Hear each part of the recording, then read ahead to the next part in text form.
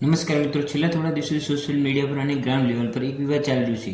આપણા લોક સાહિત્યને એક બહુ જાણીતા ગીત ભીલણ માર્યો રે ગ્રાસીઓને લઈને લોકોમાં ભારે આક્રોશ અને વિરોધ જોવા મળી રહ્યો છે.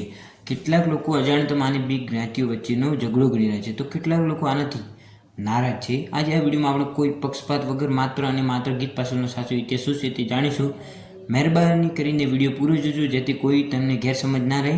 આ ગીત આજકાલનું નથી, આ ગીત સેંકડો વર્ષ જૂનું છે. આ વાર્તા છે આબુ અને સિરોહીના આસપાસના પહાડીય વિસ્તારોની. ઇતિહાસ અને લોકવાયકા મુજબ આ કોઈ બે સમુદાયો કે જ્ઞાતિ વચ્ચેનું યુદ્ધ નહોતું. આ એક વ્યક્તિગત ઘટના હતી. તે જમાનામાં ડુંગરાની અંદર ચાંદીના ઘરેણા, જેને કડલા કહેવાય છે, મેળવવાની લાલચ અથવા એક કિંમતી કડા માટે બે વ્યક્તિઓ વચ્ચે સંઘર્ષ થયો હતો. આ લડાઈમાં એક ગ્રાસિયા ક્ષત્રિય વીરગતિ પામ્યા હતા. આપણા લોક સાહિત્યની પરંપરા રહી છે કે જ્યારે પણ કોઈ વ્યક્તિ વીરગતિ પામે અથવા સ્થાનિક લોક કલાકારો તેના શૌર્ય અને બલિદાનને જીવંત રાખવા માટે ગીતો બનાવતા. આ ગીત પણ એ જ વીર યોદ્ધાના સન્માનમાં બનેલું છે. એક ઐતિહાસિક લોકગીત છે. આમાં કોઈ આખા સમાજને નીચે દેખાડવાનો કે અપમાનિત કરવાનો કોઈ હેતુ ક્યારેય નહોતો. તો પછી આજે વિરોધ કેમ થઈ રહ્યો છે? એનું કારણ એ છે, આજકાલ સોશિયલ મીડિયા પર કેટલાક લોકો અધૂરી માહિતી સાથે વિડીયો શેર કરે છે. ઇતિહાસના સંદર્ભ સમજ્યા વગર ગીતની કડીઓ મૂકી દે છે, જેનાથી ભીલ સમાજ કે ગ્રાસિયા સમાજની લાગણી દુભાય છે.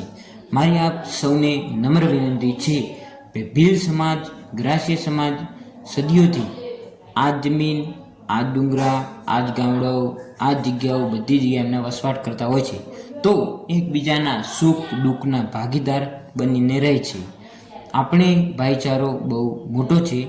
તો વડવાઓએ જમાનામાં પોતાના અંગત કારણોસર લડ્યા હશે, પણ આજે આપણે એ જૂના ઇતિહાસને પકડીને આજના ભાઈચારામાં ઝેર નથી ઘોળવાનું.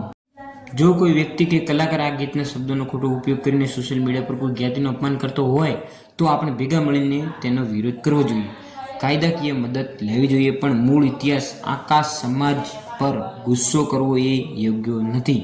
આજના યુવાનોને શિક્ષણ, પ્રગતિ અને એક તરફ આગળ વધવાનું અપાવથી દૂર રહેવું, શાંતિ જાળવી રાખવું. તમને આ માહિતી સાચી અને યોગ્ય લાગી હોય તો આ વિડીયોને વધુમાં વધુ શેર કરો, જેથી લોકો સુધી સાચી વાત પહોંચે અને વિવાદ શાંત થાય. બધા લોકો આવું ના કરે. વિડીયો શેર કરો. જય હિન્દ, જય રાજપૂના, જય આદિવાસી, જય શ્રી રામ.